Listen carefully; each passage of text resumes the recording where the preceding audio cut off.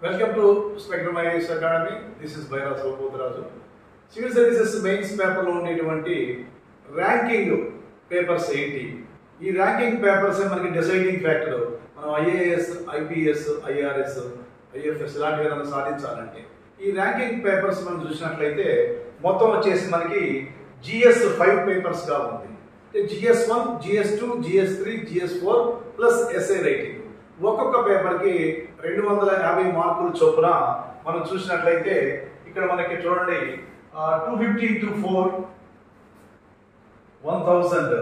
4 పేపర్లు, 4 GS పేపర్లకి 1000 marks plus SA mark పేపర్కి వచ్చేసి 250 మార్క్స్. మొత్తం వచ్చేసి ఇది 1250 అవుతుంది.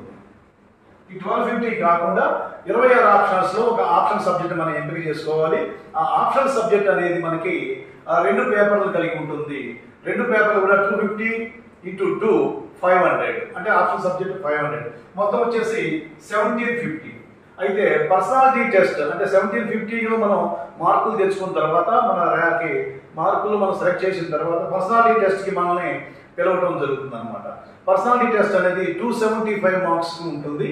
సో కాబట్టి మొత్తం వచ్చేసి 2025 1750 రిటర్న్ మార్క్స్ ర్యాంకింగ్ పేపర్స్, తర్వాత వచ్చేసి 275 పర్సనాలిటీ టెస్ట్ ఆర్ ఇంటర్వ్యూ, మొత్తం కలిపేసి మనకి దాదాపుగా కూడా 50% ఆ 50% అబోవ్ వస్తే మనం మంచి ర్యాంకులు పొందడానికి అవకాశం ఉంటుంది.